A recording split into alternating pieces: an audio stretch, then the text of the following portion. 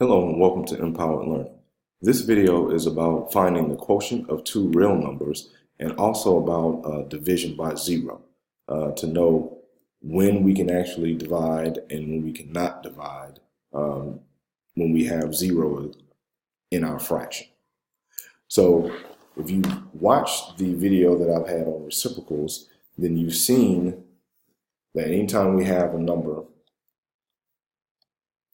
we can find this, we know that a number is a reciprocal of it if we do 1 over that number because the product of that is equal to 1.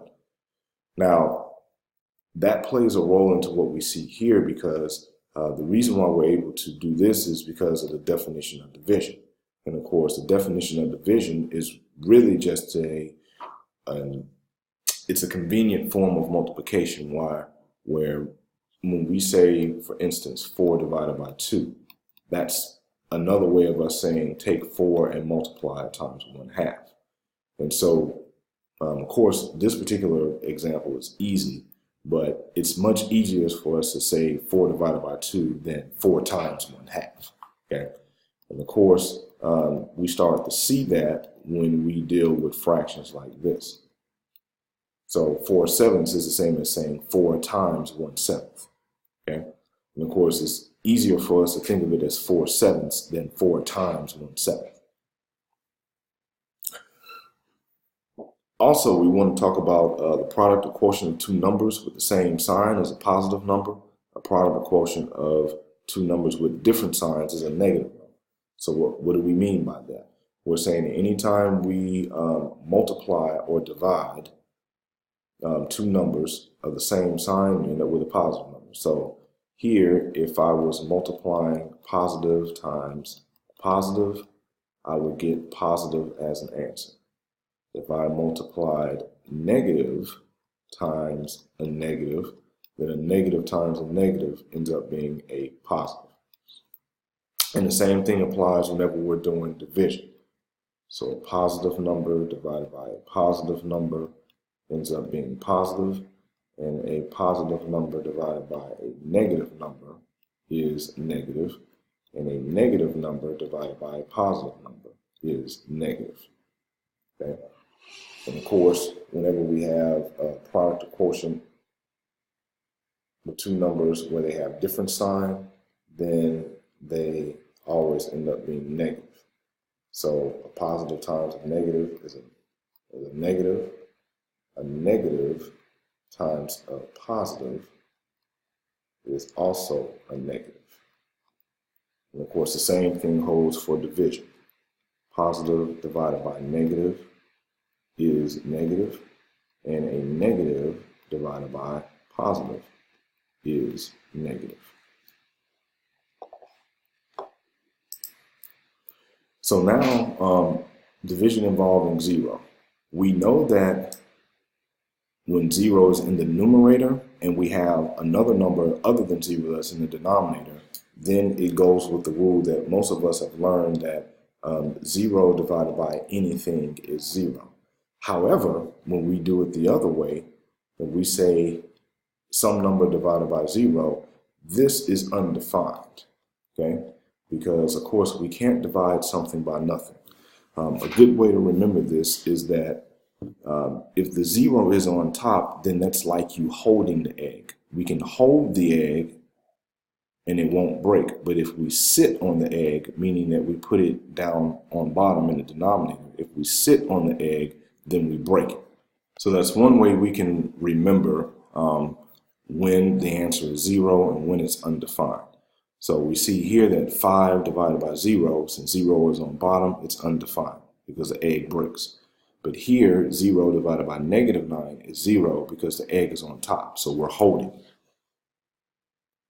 And of course, here we also know that if we have two numbers A and B, such that B is not equal to 0, then again, all this is saying here is what we talked about previously, is that a positive number divided by a negative number is the same as a negative number divided by a positive number, which ends up giving you a negative number as a result.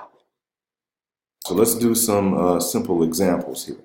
So we'll start off real easy and get a little bit more difficult as we go along. So we have negative 20 divided by a positive 5. Of course, negative divided by a positive is a negative, so that answer is negative 4.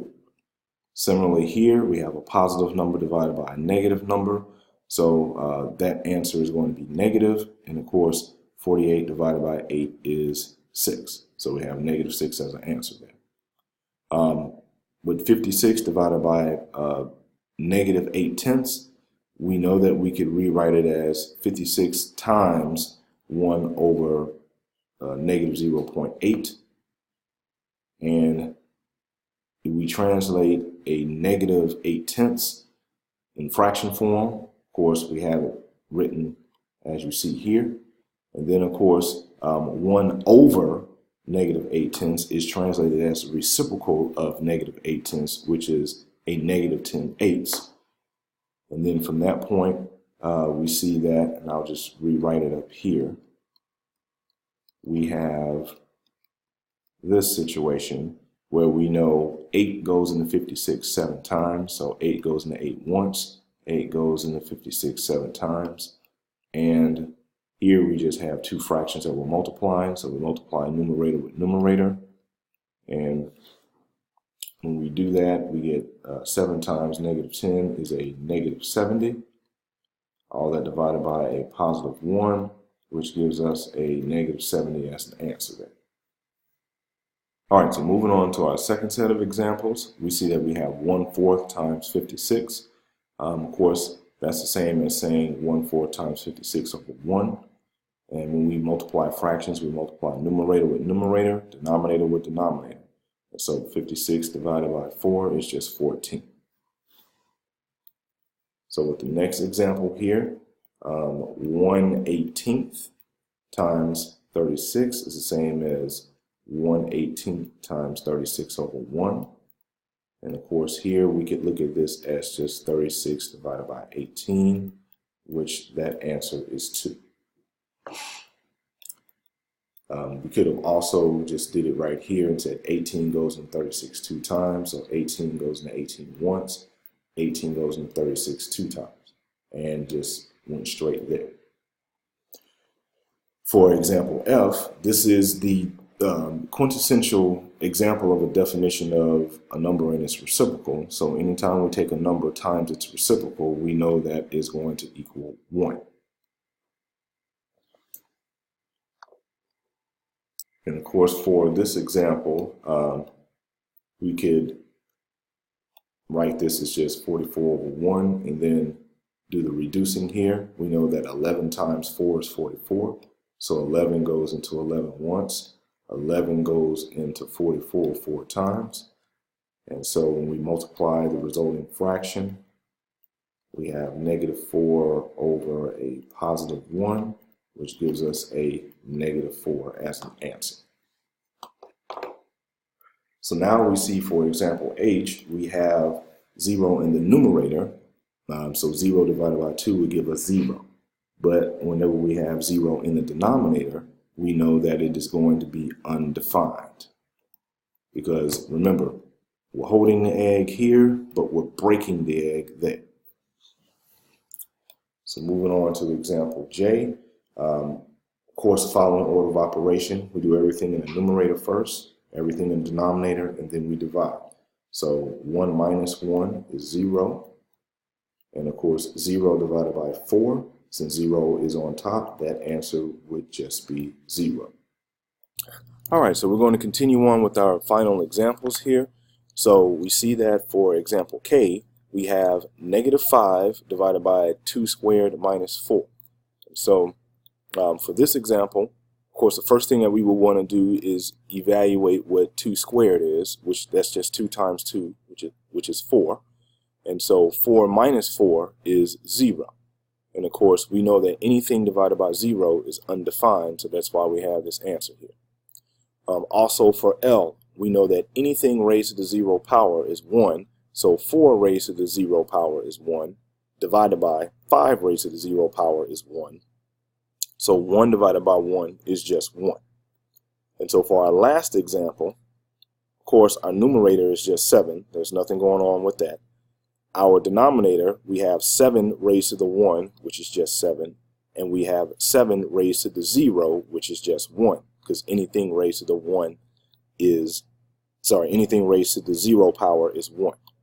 And so now we just do our denominator. 7 minus 1 is 6, and we see that our final answer here is just 7/6.